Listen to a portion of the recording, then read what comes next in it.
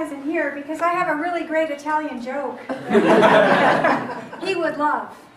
And it was given to me by my Italian aunt, excuse me, not my mother. She never told jokes at all. My aunt was very present, and she had this joke that started out with the Last Supper, and this little tiny scroll that was passed down from pope to pope to pope. And she would go through minutes and minutes explaining, you know, that this was only supposed to be opened when it was really dire straits.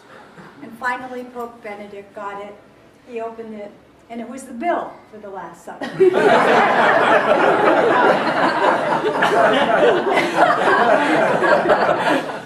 No Italian wants to pay the bill. Understand? It's a big deal. Sam was one of the most amazing people in my life, and I only knew him the last few years. He not only accompanied me in the listening skills where I did all the talking, and he just was going, "Good job, Sal, good, love that." And I was like, what a cool guy. He was very kind. He had eyes of love for every single person. He could not help but look through the eyes of love.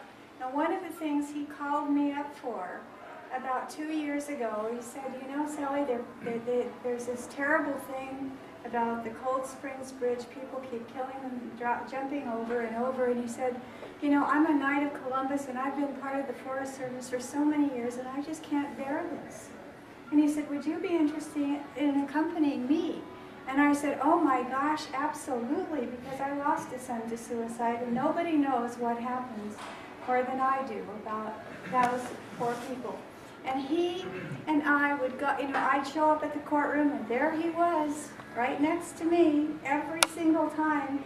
And some of those lawyers were saying so many horrible things about human life and being just really very cold and callous because they were putting forth their own agenda, which was perfectly legitimate.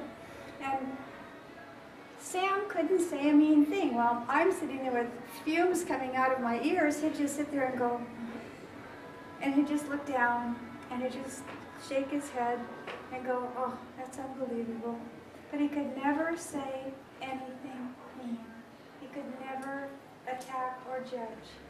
He only had this heart.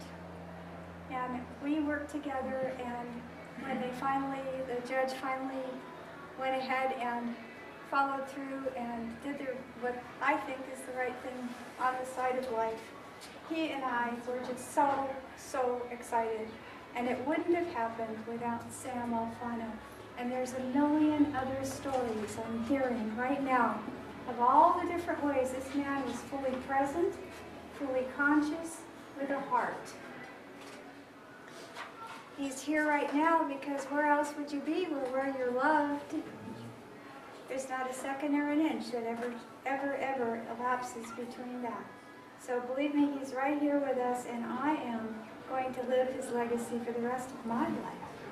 And I just feel so very grateful that I've only had a few years, but they were absolutely phenomenal. Thank you so very much. Sam.